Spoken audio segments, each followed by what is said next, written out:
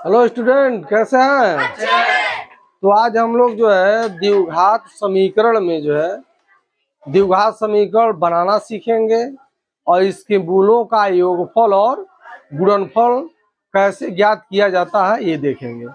मान लेते हैं हम लोग कि एक समीकरण दिया हुआ है या मूल दिया हुआ है। मान लीजिए मूल अल्फा बराबर अगर जो 3 दिया है और बीटा बराबर जो है कितना दिया है, 4 दिया है। ठीक, तो द्विघात समीकरण बराबर क्या होगा? द्विघात समीकरण द्विघात समीकरण बराबर क्या होगा? तो कल हम लोगों ने पढ़ा था क्या, x माइनस अल्फा और x minus beta is equal to क्या होता है, 0। ये फार्मूला होता है। इस फार्मूले के अनुसार हम लोग क्या करेंगे, x ऋण 3 कर देंगे, फिर क्या कर देंगे, x ऋण 4 कर देंगे, बराबर 0 हो जाएगा। अब इसका गुणा इसमें फिर करेंगे, फिर इसमें, फिर इसका इसमें और इसका इसमें कर देंगे। ये हो जाएगा कितना, एक्स स्क्वायर होगा। उसके बाद इसका गुणा इसमें हो गया, फिर इसमें हो जाएगा तो ऋण 4x हो जाएगा। इसका गुणा इसमें हो गया, ऋण 3x हो जाएगा और 4 तिहाई 12। ऋण में ऋण का गुणा हुआ तो क्या हो गया, धन, बराबर 0। ये हो गया एक्स स्क्वायर, 4 3 7 ऋण 7 एक्स धन 12 बराबर 0। ये हो गया। अब क्या करता है, कभी कभी ऐसा प्रश्न दे देता है, क्या करता है, द्विघात समीकरण दे देगा और कहेगा कि मूलों का योगफल ज्ञात कीजिए, ठीक, या मूलों का गुणनफल ज्ञात कीजिए। तो ऐसे प्रश्न को हम लोग देखते हैं। मूलों का योगफल, मूलों का योगफल। तो मूलों का योगफल क्या होता है, अल्फा प्लस बीटा होता है। क्या होता है, अल्फा प्लस बीटा, मूलों का योगफल। ये फार्मूले से होता है माइनस बी बाई ए। क्या होता है, माइनस बी बाई ए। ध्यान दो सभी लोग, मूलों का गुणनफल निकालेंगे, मूलों का गुणनफल। तो गुणनफल निकालेंगे तो हो जाएगा alpha into beta, alpha into beta. यह क्या होता है, सी बाई ए होता है। क्या होता है, सी बाई ए होता है। तो सबसे पहले हम लोग इसको द्विघात समीकरण से तुलना कर दें तो क्या हो जाएगा, A X square plus B X plus C is equal to 0। अब यहाँ एक्स के आगे क्या गुणांक, क्या एक्स का 1 है, इसका 1 है। तो अब यहाँ पर एक्स स्क्वायर का गुणांक ये है, एक्स स्क्वायर का गुणांक क्या, 1 है। ये बराबर कितना हो गया, 1 हो गया। ठीक, अब x का गुणांक b है, x का गुणांक ऋण 7 है, तो b का मान कितना हो गया, ऋण 7 हो गया। ठीक, अब अचर पद c है, इसमें अचर पद कितना है, 12 है, तो c बराबर कितना हो गया, 12 हो गया। ठीक, तो अब मूलों का योगफल निकालना, माइनस बी बाई ए करना है।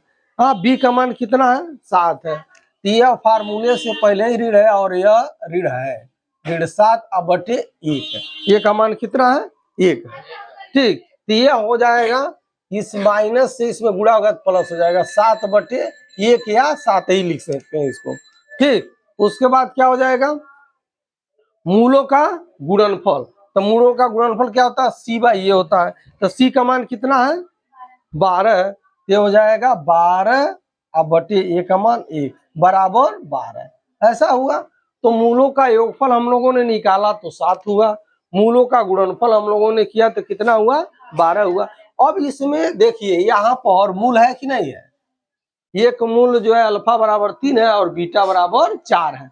तो जब मूलों को जोड़ेंगे तो क्या हो जाएगा, देखिए 3 4 कितना हो जाएगा, 7 होगा कि नहीं होगा। और जब इनका गुणा करेंगे, क्या करेंगे, गुणा करेंगे, यानी 4 तिहाई 12, तो गुणनफल 12 आया कि नहीं आया है। तो अगर जो हम लोग को केवल समीकरण दे दे, इतना दे दे और पूछे मूलों का योगफल ज्ञात कीजिए, मूलों का गुणनफल ज्ञात कीजिए, तो हम लोग इस फार्मूले से कर सकते हैं, इस फार्मूले से हम लोग कर सकते हैं। अभी यह इस फार्मूले को हम लोग इतना भी लिख सकते हैं, माइनस बी बाई ए है, तो मतलब यह कहां से आया है, ऋण बी। यह आया है क्या, यक्स का गुणांक है, क्या है, यक्स का गुणांक है। तो यहाँ पर लिख सकते हैं ऋण यक्स का गुणांक अब बटे यक्स स्क्वायर का गुणांक, क्योंकि यक्स स्क्वायर का गुणांक ये आया है। इस फार्मूले को हम लोग चाहे तो ऐसा भी लिख सकते हैं क्या, ऋण ऋण यक्स का गुणांक गुणांक, ठीक, अब बटे यक्स स्क्वायर का गुणांक, ये भी लिख सकते हैं। इस फार्मूले को ऐसा भी लिखा जा सकता है। और इसमें मूलों का गुणनफल में क्या लिखा जा सकता है, हाँ, तो इसमें अचर पद क्या है, अचर पद अब बटे क्या है, यक्स स्क्वायर का गुणांक है। तो अगर जो यह फार्मूला अगर जो भूल भी जाता है, यह भी भूल भा जाता है, तो यह याद रहे तभी काम चल जाएगा, यह याद रहे तभी काम चल जाएगा। और नहीं तो इसका गुणनखंड ज्ञात करना पड़ेगा, और गुणनखंड ज्ञात कर लेंगे तो दोनों मूल पता हो जाएगा, तो दोनों मूल का योग कर सकते हैं, गुणनफल भी कर सकते हैं। अब इसमें हम लोग अगले वीडियो में इसी में देखेंगे कि ये इनका जो है हल किस तरह का होता है, यानी द्विघात समीकरण की प्रकृति कैसा होता है, इस पर डिस्क्रिमिनेंट पर हम लोग चर्चा करेंगे। तो अब हम लोग जो है यह इक्वेशन दिया हुआ है, इसका जो है डिस्क्रिमिनेंट विविधकर पर जो है क्या हो चर्चा करेंगे। तो सबसे पहले इसको द्विघात समीकरण से तुलना करते हैं, A X square plus B X plus C is equal to 0, इससे तुलना करेंगे। तो यहाँ पर ए का मान क्या हो जाएगा, अर्थात एक्स स्क्वायर गुणांक ये है, एक्स स्क्वायर का गुणांक 1 है, 1 हो गया, ठीक। अब यहाँ एक्स का गुणांक बी है तो बी लिख लेंगे, यहाँ पर एक्स का गुणांक ऋण 7 है, ऋण 7 है तो ऋण 7 लिखेंगे। अचर पद सी है तो यहाँ पर अचर पद कितना है, 12 है।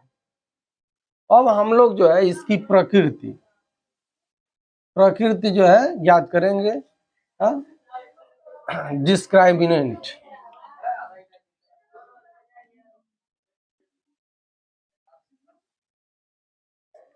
डिस्क्रिमिनेंट हम लोग विविध कर ज्ञात करेंगे, ठीक, यह ज्ञात करेंगे। तो यह होता है डी इजिकल टू होता है बी स्क्वायर माइनस 4ac होता है, क्या होता है, D is equal to b square minus 4ac ये होता है। अब इसमें डी बराबर 0 के होता है पहला कंडीशन, हाँ, दूसरा कंडीशन होता है डी इज ग्रेटर देन 0, और तीसरा कंडीशन होता है डी इज लेस देन 0, ठीक। तो अब ये 3 कंडीशन होता है। तो अब डी इजकल टू 0 तो दोनों मूल क्या होंगे, दोनों मूल बराबर होंगे, दोनों मूल बराबर होंगे, दोनों मूल वास्तविक और क्या होंगे, बराबर होंगे। और जब डी इज ग्रेटर देन 0 होता है तो दोनों मूल क्या होंगे, दोनों मूल जो है वास्तविक होंगे और भिन्न भिन्न होंगे। इसमें भी दोनों मूल वास्तविक, वास्तविक व बराबर होंगे, ठीक है। इसमें दोनों मूल वास्तविक और क्या होंगे, भिन्न भिन्न होंगे, अलग अलग होंगे, भिन्न भिन्न होंगे, ठीक ना, भिन्न भिन्न हो जाएंगे, मानो दोनों समान नहीं रहेंगे। आज जब डी इज लेस देन 0 होगा तब दोनों मूल क्या हो जाएंगे, अधिकल्पित हो जाएंगे, ठीक ना, अधिकल्पित, इमेजिनरी, समझ आ रहा है,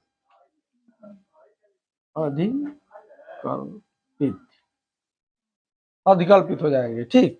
तो अब इससे हम लोग तुलना करते हैं कि इस जो समीकरण दिया गया है इसका मूल जो है किस प्रकृति का है। तो इसका आप लोग गुणनखंड किए हैं, पता ही चल रहा है, तो अभी इसी में फॉलो करेगा। तो हम लोगों ने जो मूल इसका ज्ञात किया था कितना आया था, 3 और 4 आया था।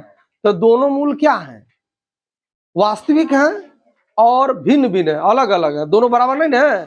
तो हम लोगों का कौन सा फार्मूला आना चाहिए, ये वाला आ जाना चाहिए, ये वाला आना चाहिए कि नहीं आना चाहिए। तो अभी लगाते हैं हम लोग, देखा जाए क्या मिलता है।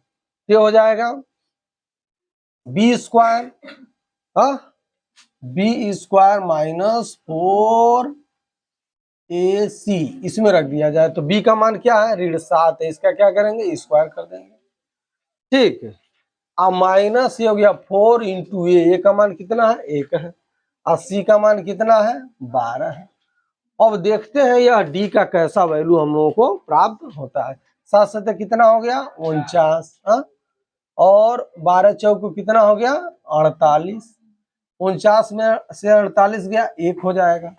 अब यहाँ पर डी का मान क्या हो गया, डी बराबर 0 मिला नहीं, तो डी इज ग्रेटर देन 0, मिला कि नहीं मिला? हाँ, डी इज ग्रेटर देन 0, यानी डी का मान जो 1 आया है ये 0 से बड़ा है कि नहीं है?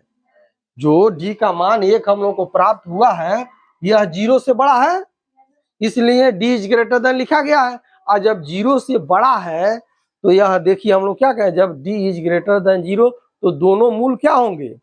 वास्तविक होंगे और भिन्न भिन्न होंगे। तो दोनों मूल इसका वास्तविक होंगे और भिन्न भिन्न होंगे। तो अभी हम लोग इस प्रश्न को सॉल्व भी किया है, तो मूल कितना आया था? देखिए 3 और 4 आया था कि नहीं आया था?